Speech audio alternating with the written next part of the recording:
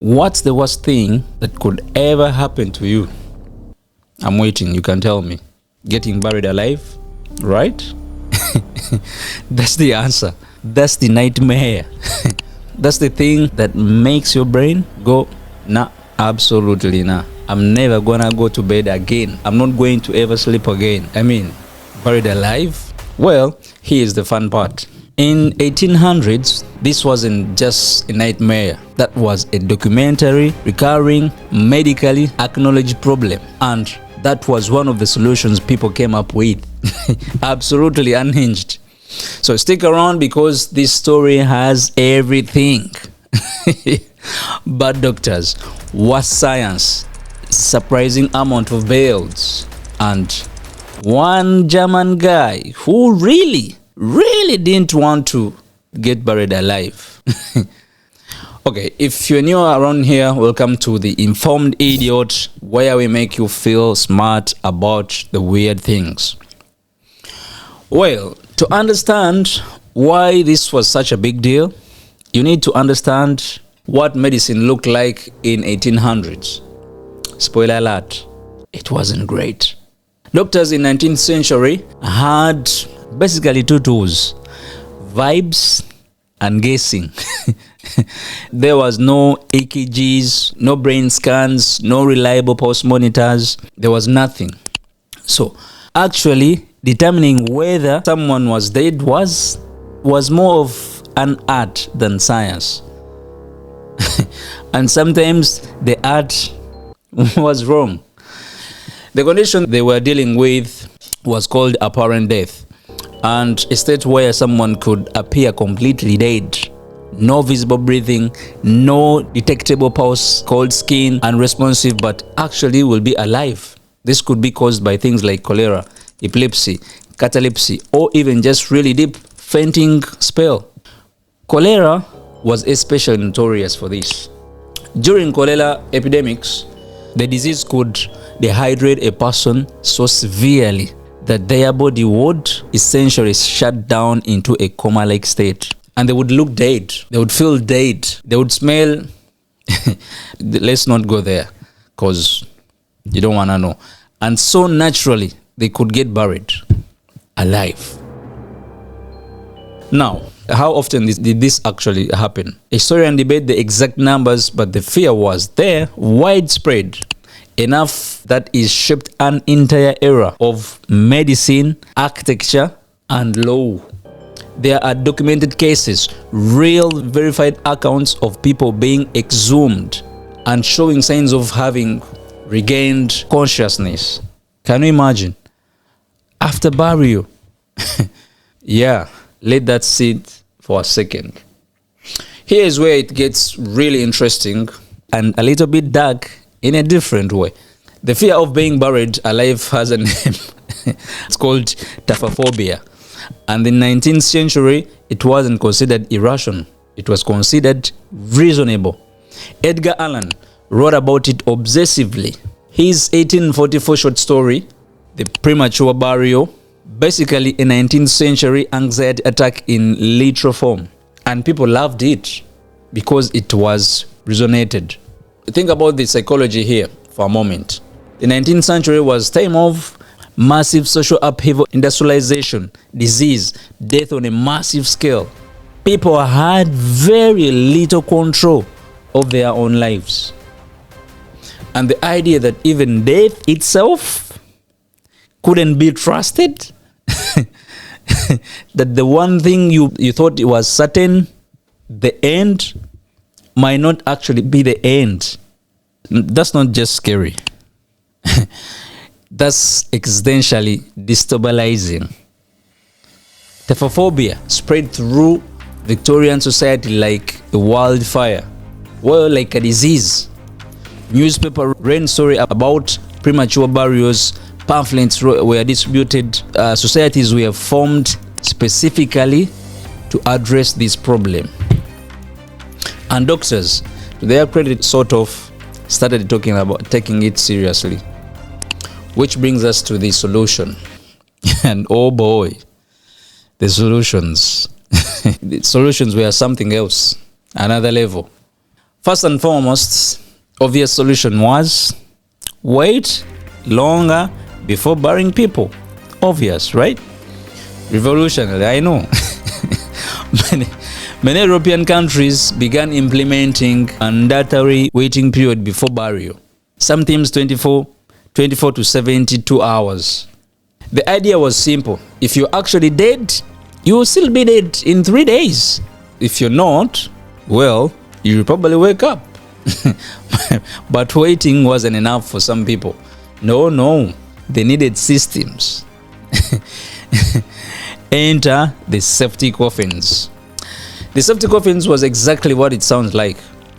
A coffin designed with an escape mechanism, just in case, and the design ranged from actually pretty clever to absolutely unhinged. The most famous design involved the bell system.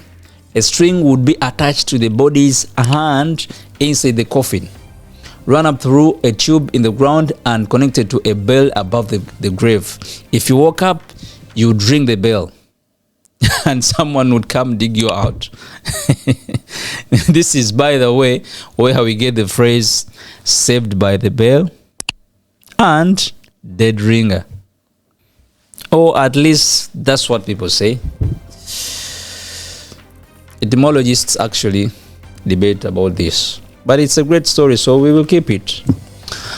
Other safety coffin designs included air tube for breathing, window you could look out, which honestly seems worse. Ladder, speaking tubes. In one particular ambition design, full flag system, you could signal a distress from underground.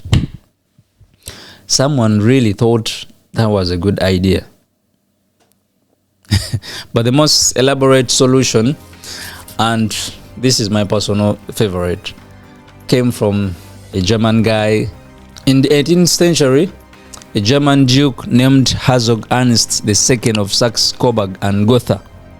Yes, that was his real name. He was so terrified of being buried alive that he left instructions in his will that his veins should be cut open before he get buried. Just to be sure. Absolutely committed, not being buried alive. But even more impressive was the waiting mortuary. These were actual buildings, common in Germany and parts of Europe, where bodies would be kept for several days before burial. Attendants would watch for signs of life. The bodies were connected to the bell system. There were even reports of some mortuaries playing music, because apparently the Victorians thought that might help wake up people. Nothing, yes. Please don't be dead. Drop a comment right now. Would you have bought a safety coffin? I genuinely want to know. And while you're down there, hit the like button. It helps more people to find this video, which means more people learn about coffin bells, which is objectively good for society when you think about it. Okay. Now I know what you're thinking. This all sounds like Victorian hysteria. How many people were actually buried alive? It's a fair question. And the honest answer is, we don't know exactly. We don't know exactly, but we know it happened. One of the most documented cases involves a woman named Marjorie McCall from Ireland in early 1700s, just before our main period. But this set the tone. She was buried with valuable ring that grave robbers tried to steal. When they couldn't remove the ring, they cut her finger off, and she woke up, and she walked home, and her husband was sitting by the fire, reportedly fainted when she walked in, which is honestly fair. In the 19th century, there were documented cases from cholera epidemics where exhumed bodies showed signs of post-burial movement. A French study in 1860s claimed to have documented hundreds of cases of premature burial. The numbers were probably exaggerated, honestly, but the underlying phenomenon was real. And then there is a case of Angelo Hayes. which is technically 20th century, 1937, but it's too good not to mention. Involved in a motorcycle accident, declared dead and buried. 3 days later, an insurance investigator had the body exhumed. Hayes was found alive in deep coma, having survived because his head was positioned in a way that allowed minimal oxygen consumption, and he lived up to 77.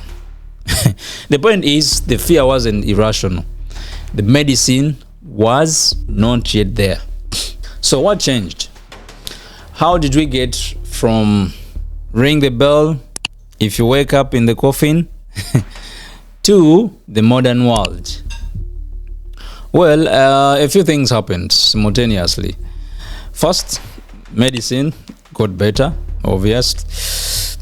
Stethoscope was invented 1816 and refined throughout the century by late 1800s. Doctors had much more reliable ways to confirm death. They would be able to check for heartbeat, breathing, pupil response. Second, preserving became more common, particularly after the American Civil War. Preserving bodies, while it's not exactly pleasant when you think about it, but it does make premature burial significantly less likely when you think about it, for obvious reasons.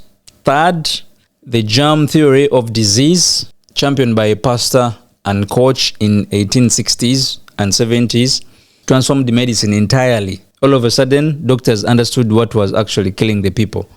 They could treat diseases more effectively. Fewer people were falling into cholera-induced death like comas. And gradually, the septic coffin industry died, so to speak. The waiting mortuaries were closed. The bell system were discontinued. And Taphephobia faded from mainstream consciousness, kinda faded, though it never disappeared entirely. Today, it's classified as a specific phobia. It's rare, and with modern medicine, the actual risk of premature burial is essentially zero.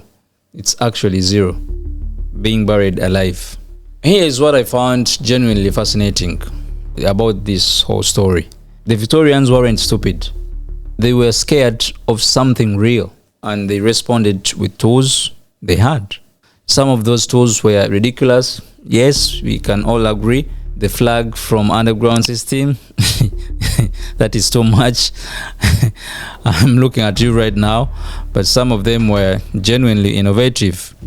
The septic coffin is, in a weird way, that is the beautiful example of human problem solving. We don't know if you're dead. Well, so let's build a system that gives you a way out, just in case.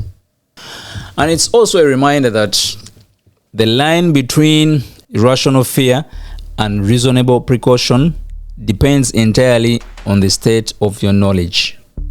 In 1850, being afraid of premature burial was rational. Today, it's a phobia. What fears do we have today that future generations will look back on and say, oh, that was actually a real problem, and they were right to be scared? Anyway, sleep well. This video made you feel something, whether that's fascinated, disturbed, or weirdly grateful to be alive, subscribe to the Informed Idiot. New videos every week. And if you want more dark history that will absolutely ruin your week, I've linked 2 videos right here that you'll not be able to stop watching.